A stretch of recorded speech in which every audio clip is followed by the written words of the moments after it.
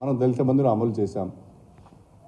రెండవసారి దళిత బంధు ఇచ్చే క్రమంలో కూడా బెనిఫిషరీస్ సెలెక్షన్ జరిగింది. కలెక్టర్స్ అందరూ కూడా బెనిఫిషరీస్ సెలెక్ట్ చేశారు.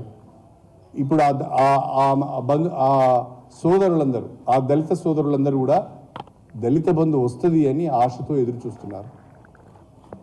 కానీ బట్టి విక్రమార్క గారు ఒక మాట చెప్పలేకపోతున్నారు. దళిత బంధు అనే పథకం కొనసాగుతుంది. బీఆర్ఎస్ ప్రభుత్వం 10 లక్షల రూపాయలు మాత్రమే ఇచ్చింది. మేము దాన్ని 12 లక్షల రూపాయలకు పెంచాము. ఈ 12 లక్షల రూపాయలను కూడా పలానా నెల నుంచి పలానా రోజు నుండి లబ్ధిదారులకు ఇస్తాం, లేదా ఇప్పటి వరకు ఎంపిక చేసిన లబ్ధిదారులను మేము ఒప్పుకోవడం లేదనో, లేదా వాళ్ళకిచ్చిన వాళ్ళ అకౌంట్లోకి వెళ్ళిన నిధులను కూడా ఫ్రీజ్ చేస్తున్నారు. అంటే దళిత బంధు పైన మీ యొక్క వైఖరి ఏంటి? దాన్ని కూడా మీరు చెప్పడం లేదు.